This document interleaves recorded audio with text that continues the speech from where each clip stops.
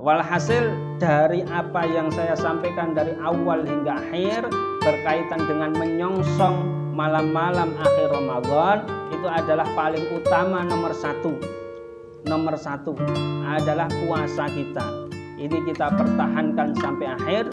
Syukur-syukur puasa yang sekedar dari awal yang mungkin masih sekedar memperhitungkan, oh kalau melakukan ini batal, oh kalau melakukan ini tidak batal dan yang lain sebagainya, kita tingkatkan menjadi puasa yang benar-benar kita upayakan, puasa yang bersih, puasa yang benar-benar diterima oleh Allah Subhanahu wa taala, puasa yang mendapatkan pahala, yaitu dengan menghindari perkataan-perkataan yang buruk, berbohong, ghibah atau menggunjing orang lain, termasuk melakukan perbuatan-perbuatan konyol, menyakiti, menyalahi, mengakali orang lain.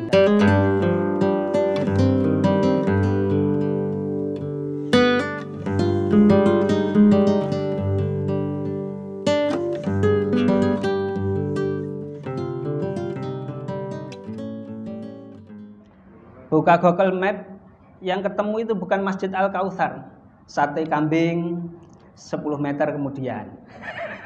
Kemudian dan yang lain sebagainya, kemudian gulai dan yang seterusnya. Nah ini juga ternyata kalau keumpamanya teman-teman teknisi yang di luar itu tidak kuat puasa, itu teman-teman yang kerjanya di kantor tidak boleh menyalah-nyalahkan, karena memang kerja di luar itu panas. Sebagaimana Kanjeng Nabi Agung Rasulullah Shallallahu Alaihi Wasallam suatu ketika pada tahun 8 Hijriah peristiwa yang namanya Fathu Makkah. Sebelumnya Rasulullah masuk ke Makkah dihalang-halangi. Akhirnya pada tahun ke-8 Hijriah kemudian Rasulullah masuk ke Makkah bersama beberapa prajuritnya. Pada waktu itu 60 km sebelum sampai Makkah ada tempat yang namanya Qurra'ul Ghanim. Di situ habis asar, sudah masuk waktu asar. Ternyata banyak pasukan Rasulullah ini sudah kecapean karena berjalan dari Madinah menuju ke Makkah. Kemudian untuk pembebasan tanah Makkah ternyata kurang 60 km dari Makkah, ternyata sudah kehausan yang sangat yang perlu segera minum untuk menghilangi hausnya itu.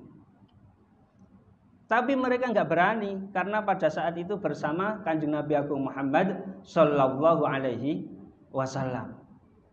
Kemudian setelah itu lambat laun beberapa menit kemudian ada yang matur kepada Kanjeng Nabi, ini kelihatannya sebagian pasukan ini sudah tidak kuat untuk meneruskan puasa. Selain karena cuacanya panas sekali, ini kita nanti mau berperang, melakukan tugas yang sangat besar, ini nanti tentu membutuhkan tenaga yang besar. Akhirnya benar, setelah itu summada abi qadahin min ma'in farafa'ahu. Kanjeng Nabi kemudian bilang kepada sahabatnya, kalau dibahasakan bahasa Semarang, tolong carikan aku es teh. Akhirnya dicarikan minuman sama sahabat. Biqadahin min ma'in, satu wadah yang isinya adalah air. Kalau di Jawa Tengah bisa dibahasakan Semarangan adalah es teh. Akhirnya diangkat sama Kanjeng Nabi. Minumnya ini diangkat. Orang-orang sudah nunggu ini. Ramadan sudah hampir maghrib, sore jam asar, ba'da asri, Rasulullah sudah pegang minuman. Ini kira-kira diminum enggak? Kalau kok Rasulullah minum, insya Allah yang lain juga ikut minum. Ternyata benar. Kemudian hatta nadzoron nas summa syaroba. Kemudian baginda Kanjeng Nabi Agung Muhammad Sallallahu Alaihi Wasallam minum itu, kalau sekarang di sini kita es teh, minum Bismillahirrahmanirrahim, glegek, akhirnya rasanya adalah segar. Setelah melihat Rasulullah Sallallahu Alaihi Wasallam membatalkan puasanya itu, akhirnya pengikutnya atau pasukannya pada waktu itu, maka sebagian besar sudah mengikuti Rasulullah. membatalkan puasa karena memang kondisinya sangat mendesak, sangat kehausan, sementara tugasnya adalah tugas di lapangan yang sangat membutuhkan tenaga. Tapi ternyata ya terbelah. Ada sebagian sahabat, ada sebagian pasukan yang tidak mau puasa. Tidak mau membatalkan puasa, masih meneruskan puasanya. Teman-teman yang main minum, Rasulullah sudah minum, tidak mau mengikuti membatalkan puasanya karena mungkin iman-iman ini adalah puasa Ramadan. Akhirnya setelah itu disowankan lagi kepada Kanjeng Nabi Agung Muhammad sallallahu alaihi wasallam. Ini puasa semua ya, kok nggak ada yang jawab sholawat? Allahumma sholli ala Muhammad. Nah, kalau ini nggak puasa kalau ini. Karena apa? Menjawabnya agak keras ya. Guyon. Nah, setelah itu dilaporkan kepada Kanjeng Nabi banyak atau sebagian pasukan tidak mau mengikuti jenengan dalam membatalkan puasa. Apa komentar Kanjeng Nabi? Ternyata di luar dugaan Kanjeng Nabi Agung Muhammad sallallahu alaihi wasallam menjawab ulaikal usah. Mereka yang tidak mau membatalkan puasa itu adalah orang-orang yang bermaksiat. Mereka adalah orang-orang yang bermaksiat. Karena apa? Karena dalam situasi yang sangat payah sehingga memaksa diri sendiri untuk berpuasa dalam kondisi yang sangat payah itu bertentangan dengan ajaran Islam, bertentangan dengan ajaran baginda Kanjeng Nabi Agung Muhammad sallallahu alaihi wasallam. Hadirin hadirat jamaah yang berbahagia. Ternyata selain itu, selain kisah Kanjeng Nabi dan para sahabatnya yang tidak kuat puasa, di awal-awal Islam, di awal-awal disyariatkannya puasa, ternyata juga banyak sebagian sahabat itu yang sangat keberatan. Apalagi durasi puasanya lebih lama daripada puasa kita yang normal ini. Kalau kita puasanya durasinya pinten durasinya 14 jam ya, mulai dari masuk subuh sampai maghrib.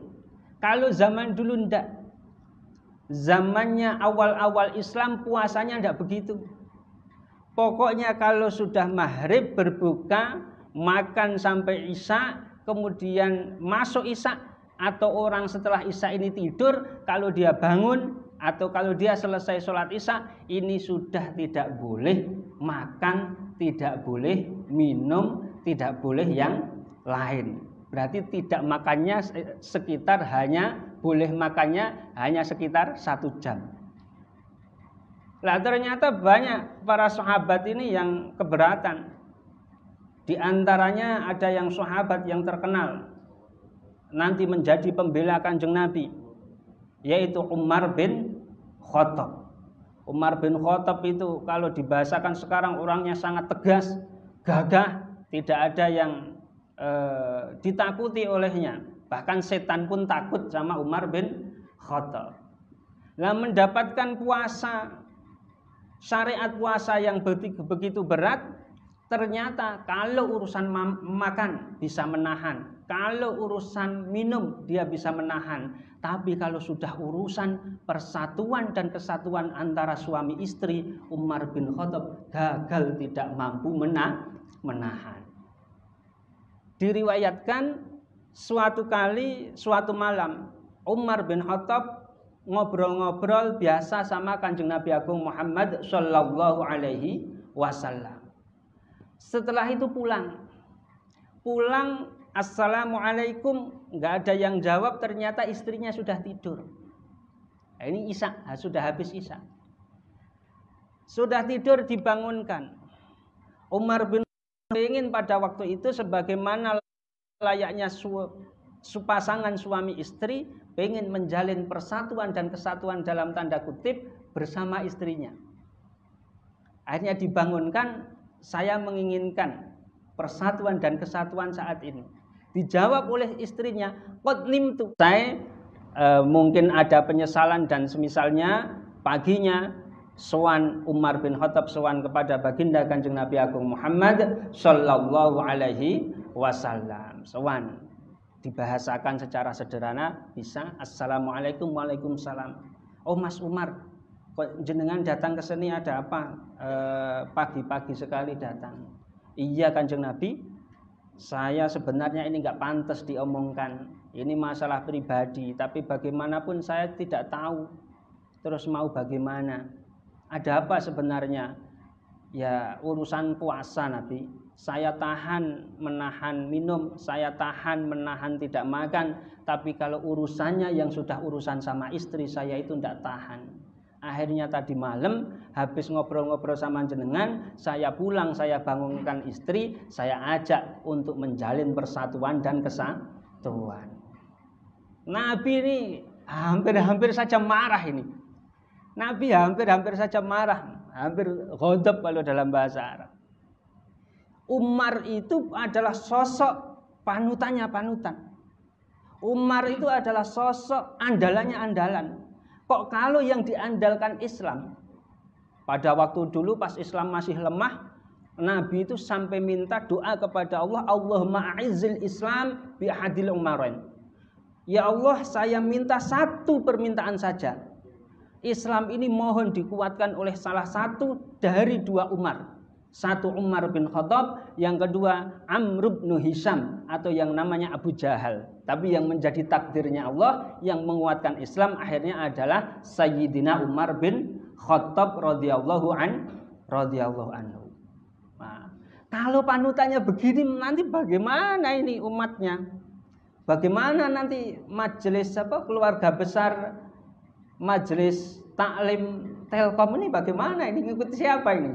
Nah, akhirnya dalam situasi semacam itu datanglah malaikat Jibril membawa ayat tadi, a'udzubillahi minasyaitonir rajim, bismillahirrahmanirrahim, uhilla lakum lailatas syiyamir rafatsu ila nisaikum hunna libasul lakum wa antum libasul lahun, alimallahu annakum kuntum takhtanuna anfusakum fataba alaikum wa afa ankum fal'ana bashiruhunna, al-ayah dan seterusnya, panjang ayatnya.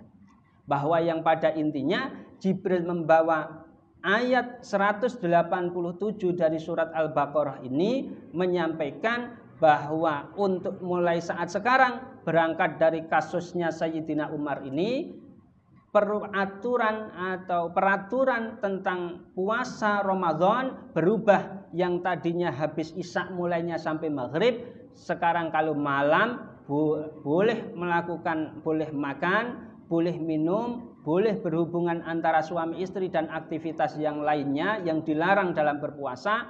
Nanti puasanya adalah mulai dari subuh hingga nanti sampai maghrib sampai subuh lagi masih boleh makan, minum dan yang lain sebagainya. Alhamdulillahirabbil alamin. Pertanyaan saya, kira-kira syariat puasa itu belum berubah. Kira-kira teman-teman majelis taklim Telkom ini puasa apa enggak? Nah kan itu pertanyaan. Walhasil dari apa yang saya sampaikan dari awal hingga akhir berkaitan dengan menyongsong malam-malam akhir Ramadan, itu adalah paling utama nomor satu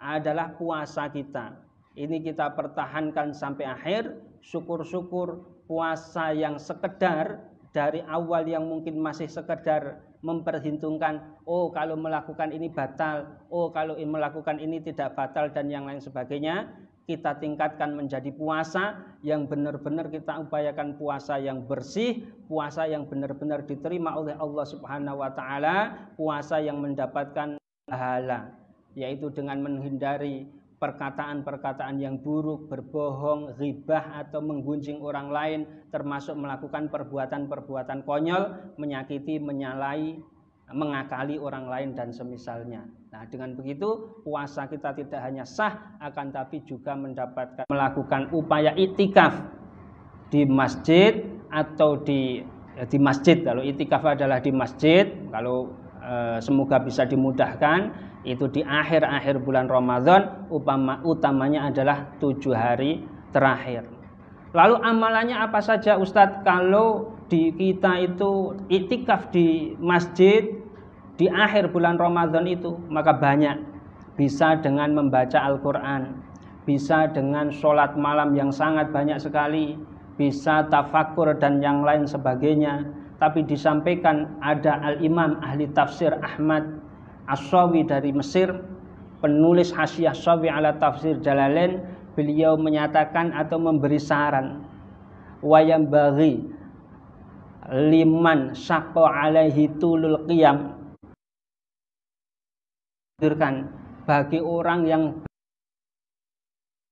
belum terbiasa, orang yang berat untuk begadang malam hari beribadah, itu diberi alternatif untuk membaca ayat-ayat Al-Quran yang meskipun itu singkat.